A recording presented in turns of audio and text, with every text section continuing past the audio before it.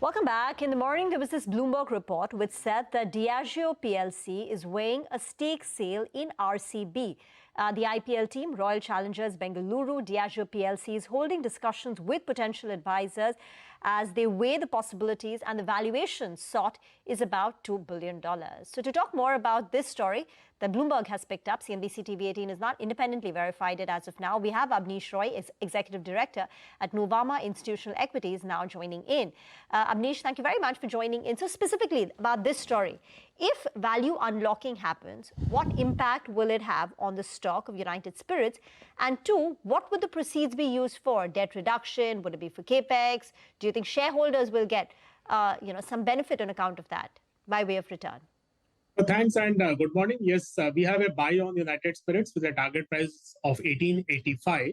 And if this event happens, yes, it will be a positive. Based on our analysis, we currently give around 146 rupee kind of a value in the total 1885 target price to IPL team.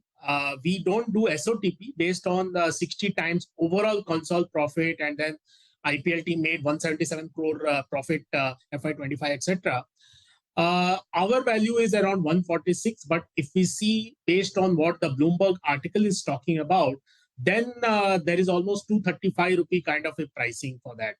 But here, lots of ifs and buts are there, whether the entire team will be sold, whether part or nothing will be sold, right? Because clearly Diageo or United Spirits in the past has said that they don't have any plans as such. So we'll wait for confirmation there.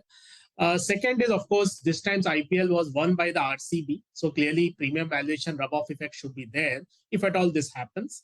Third, of course, is from an overall business perspective, we are quite positive. We have a buy and multiple positives are there for the stock because clearly in the UP, the number of retail outlets has increased. In Andhra, the entire industry is seeing benefit because the market has opened up. Even in Karnataka, the taxes have reduced in the premium whiskey. And in FY27, we'll have the UK FTA benefits coming, both in terms of volume in the premium and luxury end. And even in the margins, we'll see the raw material scotch coming down. So FY27 also, we do see trigger. And apart from that, overall urban slowdowns is there. But if you see in Q4, United Spirits did report 9.2% volume growth in the P&A. And now with food inflation cooling down and interest rate cuts and overall salary, the benefits which government gave, I think overall FY26 is looking good with a high single-digit kind of volume growth for the company in the prestige and above. So we are positive.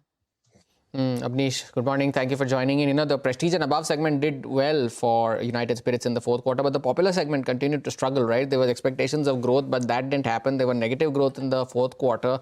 Do you see that as a one-off, and do you see things improving going forward in the popular segment as well, especially considering the fact that the P&A has done fairly well, and now with inflation coming down, with the rate cuts, tax cuts, and all of it kicking in, does the popular segment also see a revival? So 2-3 things. Good question. What we are seeing clearly, one is premiumization is happening. So there is a trend that even at the lower end from the popular, there is some level of premiumization which is happening. Second is, if you see, most of the urban slowdown is impacting the marginal customer.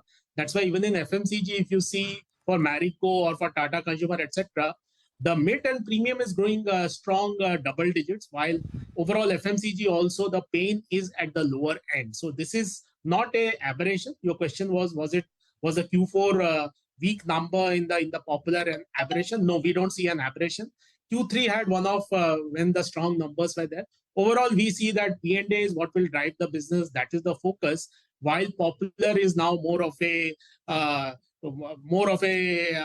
weak growth in the near term because of the urban slowdown, because it is not a high priority and premiumization is happening. So we are more positive on the P&A rather than on the popular. Thank you, Abneesh. We leave the conversation here for now. Thank you very much for joining in. So bullish on United Spirits, and if this monetization takes place, then the target price inches up even further for Nuvama. Mitesh is now